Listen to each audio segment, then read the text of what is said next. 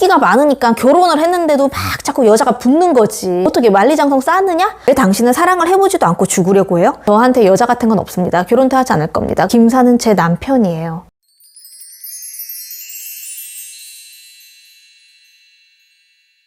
안녕하세요. 고작가의 휴먼레코드입니다. 여러분의 구독, 좋아요, 알림 설정은 저에게 큰 힘이 됩니다. 부탁드립니다. 네, 이어서 김산 2부를 해볼 텐데요. 제가 저번 1부에서는 김산이 절대로 나는 독립운동만 하지 여자 같은 거 결혼 절대 안 합니다. 라고 각오처럼 연애를 하고 있는 김성숙에게 그렇게 이야기를 했다고 했었죠. 그런데 김산도 사랑을 하게 됩니다. 김산의 외모를 보면 아시겠지만 키가 아주 커요. 그 당시 키로 180이었다고 하니까 지금으로 치면 거의 모델급이잖아요. 그리고 아주 잘생겼죠. 뭔가 아시아 느낌도 나면서 서양인 느낌도 나고 뭔가 이렇게 되게 글로벌한 미남이란 말이에요. 그러니까 이제 여자가 붙을 수밖에 없고 나는 여자 싫어, 결혼 안 해 라고 하지만 어쩔 수 없는 거지. 운명이. 어떤 여자가 나타나냐면은 그 중국 공산당에서 같이 토론을 하고 할 때 어떤 류링이라는 여성이 지극히 관심을 보입니다. 그러니까 정말 대놓고 대시를 여자가 그 당시에 하게 되는데요. 그런데 김사는 무조건 거부하는 거예요.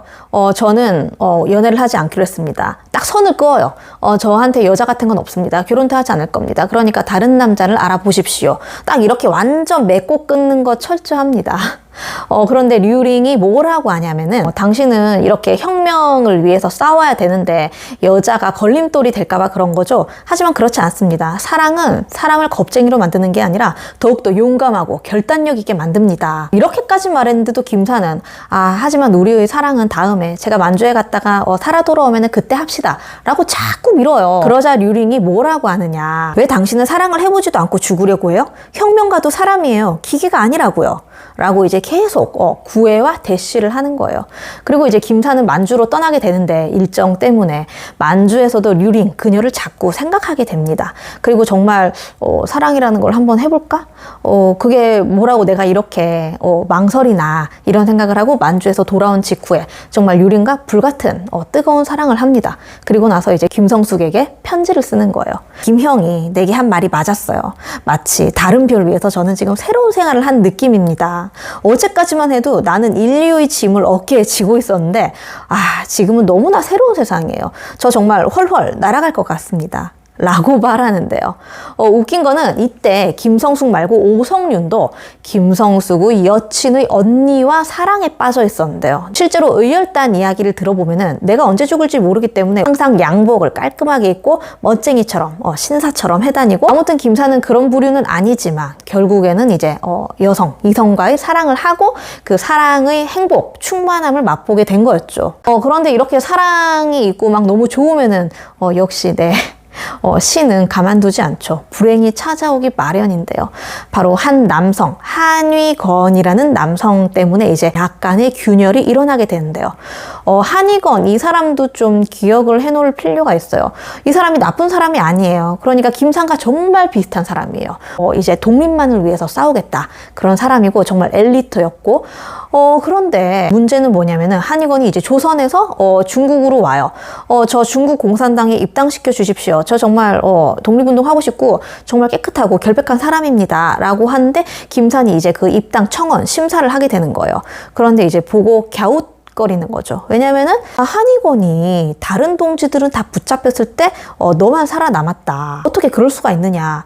이거는 좀 밀정이 의심된다. 그렇기 때문에 입당을 거부하겠다라고 김산이 말합니다. 한위건이 이때 막 화를 내요. 아니, 내가 그만큼 결백해가지고 내가 모진 고문 다 버티고 살아서 돌아온 건데 저 못 믿는단 말이에요? 내가 중국까지 와가지고 독립운동 하겠다는데 당신이 뭔데 막는 거야? 막 이런 식으로 하지만 김산은 약간 대쪽 같은 성질이 있기 때문에 무조건 안 된다고 합니다. 그런데 이쯤에 김산에게 어떤 신변의 일이 생기냐면은 그 공산주의를 잡아들이려고 이제 막 국민당 측에서 막 혈안이 되어 있었단 말이에요. 그래서 실제로 이제 잡히게 되는 거죠. 몸을 피하지 못하고 잡히게 되어서 정말 모진 고문 물고문을 중국 국민당 측으로부터 받아요. 그런데 이제 끝까지 잡아떼는 거죠. 저는 공산주의 아니고요. 그런 거 모르고요. 그냥 저는 조선에서 우리 조선의 독립을 위해서 운동하고 그런 사람입니다. 라고 끝까지 고문도 버티고 해가지고 그 국민당 측이 일본 경찰에게 넘겨줘요. 그래서 이제 일본 경찰에게서 좀 더 혹독한 고문, 물고문을 6번이나 당하게 되는데요. 근데 김산이 되게 엘리트예요. 실제로 의과대학을 중국에서 다닌 적도 있기 때문에 그 물고문을 당하면 이제 폐에 물이 어떻게 차게 되고 그래서 내가 나중에 어떻게 죽게 되고 이런 거를 다 알고 있는 사람이란 말이에요. 그래서 이제 그 물고문을 당하면서도 내가 폐로 어떻게 숨을 쉬어야 되고 여기서는 멈춰줘야 되겠구나 이런 것까지 다 분석을 해가면서 물고문을 받습니다. 이렇게 혹독한 고문에도 정신을 잃지 않고 실토하지 않고 불지 않아요. 결국에는 재판까지 받게 되는데 옛 동지들이 고맙게도 김산한테 이름만 알지 실제로 이 사람을 알지 못한다 라고 이야기를 합니다. 아무튼 그렇게 해서 이제 김산은 자신이 끝까지 입을 다문 그런 결실을 맺게 되는데요. 일본 측에서는 조선으로 보냅니다. 너 앞으로 다시는 중국 땅에 발들일 생각하지 말고 그냥 조선에서 조용히 있어라. 이런 식으로 이제 조선에 보내는데 몸을 좀 추스린 다음에 다시 중국으로 갑니다. 그런데 여기서 이제 어떤 일이 벌어지냐면은 김산이 없던 사이에 한의건이 이제 그 비슷한 자리, 그 위치에 서게 되는 거예요. 왜냐면 이제 한의건도 실력도 있고 결백하고 정말 엘리트였기 때문에. 그런데 이제는 한의건이 이러는 거예요. 아니 보통 저렇게 잡혔으면은 일본군한테까지 넘어갔으면은 한 7, 8년 징역을 살고 와야지 정상인데 저렇게 몇 달 만에 중국으로 돌아왔다? 이거 분명히 밀정입니다. 이거 밀정 혐의 있습니다. 절대로 입당시키면 안 됩니다. 탈당해야 합니다. 이런 식으로 이제 한의원이 말을 하게 됩니다. 중국 공산당원들이 그리고 조선인들도 믿지 못해요. 그러니까 물고문을 6번이나 버티고 온 김산에게 첩자다 이러면서 아예 만나주는 것조차 거부합니다. 김산이 너무 열이 받아가지고 한날은 정말 이제 뭐 약도 없고 돈도 없고 먹을 것도 없고 폐인이 돼버린 상태에서 칼 한 자루를 들고 한의건의 집을 무작정 찾아갑니다. 그래서 이렇게 딱 칼 한 자루를 책상에 막 이렇게 꽂아놓고 이야기를 하는 거예요. 5분 안에 너랑 나 둘 중에 한 명은 죽는다. 누가 죽나 한번 보자. 이때 이 한의건은 그래도 뭐 고문을 당한 게 아니기 때문에 몸이 정상이에요. 폐인이 다 된 김산을 제압할 수 있었단 말이죠. 하지만 제압하지 않고 칼을 들지 않고 가만히 이렇게 있습니다. 그래서 이제 김산이 더 화가 나는 거예요. 왜 날 못 찔러? 이러면서 막 화가 나서 이제 칼을 짜고 딱 찌르려고 하는데 한의건의 눈에 맺힌 눈물을 보게 됩니다. 그래서 이제 칼을 버리고 그대로 한의건의 집을 나가버리는데요. 그러고 나서 이제 집에 돌아와서 열병을 앓아서 누워있는데 한의건이 김산이 잠들었을 때 약간의 약과 돈과 음식을 머리맡에 놔두고 사라집니다. 이렇게 이들의 인연은 죽을 때까지 계속 되는데요. 아무튼 이렇게 김산을 아무도 만나주지 않고 믿어주지 않았을 때 또 누가 구원의 손길을 내미느냐? 바로 또 여자입니다. 그 예전에 류링이라는 여성이랑 사귀었다고 했잖아요. 그런데 이제 그 여성은 생사를 불분명 알 수 없게 돼버린 상태였고 이번에는 이제 조아평이라는 그런 중국인 여성이 김산에게 접근을 하는데 어떻게 접근을 하느냐. 저는 당신이 너무 안 돼 보여요. 그래서 도와주고 싶어요. 라고 이야기를 합니다. 그러자 김산이 아니요. 저랑 가까이 하면 당신마저 위험해집니다. 절로 가세요. 오지 마세요. 라고 하지만 조아평은 손수 자기가 나서서 빨래도 하고 집안일도 하고 막 청소도 다 해놓고 막 음식도 만들어 놓고 무슨 우렁각시처럼 그러고 가는 거예요. 그러니까 이제 김산이 또 한 번 마음을 이제 열고 싶은 거예요. 그런데 이제 또 이 행복이 오래가지 못합니다. 이번에 또 한 번 잡히게 되는데 그 당시에 이제 또 그 중국 시대적 배경을 살펴보자면은 장제스가 이제 중국 공산당들을 다 잡아들여가지고 그들에게 처형 아니면은 전향을 해라. 이 둘 중에 하나만 선택할 수 있다. 그리고 만약에 전향을 한다면은 네가 알고 있는 동지 2명을 풀어라 라고 이야기를 합니다.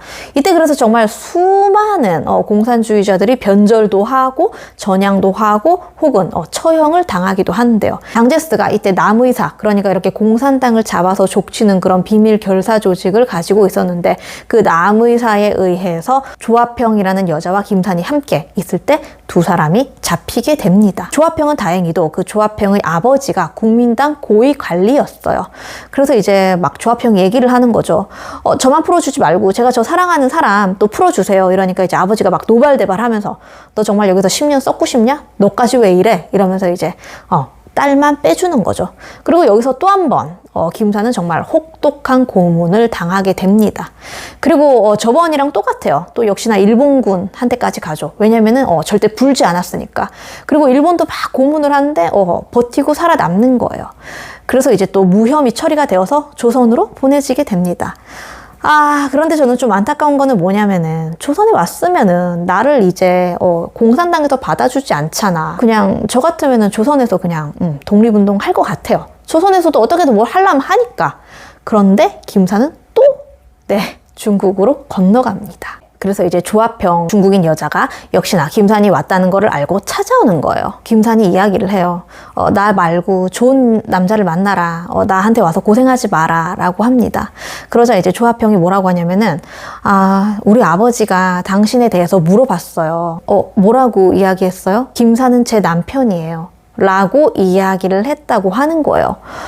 이때 김산이 완전 이제 무너져 내리는 거예요. 왜냐면은 자기는 지금 돈도 없고 건강하지도 않고 그렇다고 중국 공산당에서 뭐 다시 입당할 수 있는 것도 아니고 아무것도 내가 할 수 있는 게 없는데 이 여자가 뭐라고 나를 이렇게 좋아해 주지? 뭐라고 나를 이렇게 사랑해 주나? 정말 이때 김산이 사람은 사랑으로 사는구나 라는 거를 깨닫게 됩니다. 그래서 조합형과 무려 결혼식까지 올립니다. 김사는 이때 김성숙의 집에서 머물면서 요즘에 다시 국공합작이 되고 있는 분위기라고 하더라. 같이 손을 잡을 분위기라고 하는데 우리도 뭔가 좀 해보자. 지금 중국 공산당이 연안에 가 있다고 하더라. 연안에 가서 너의 국적도 회복하고 뭐 여러 가지 제안을 해보자 라고 해서 조합형 그 당시에 이제 임신을 했었는데 김사는 그것을 알지 못했어요. 임신 초기였기 때문에 조합형 아내에게 금방 돌아오겠다 라는 말을 하고 연안으로 갑니다. 거기서 자신의 제일 마지막 여자, 인기가 많으니까 결혼을 했는데도 막 자꾸 여자가 붙는 거지. 그것도 무려 어떤 여성?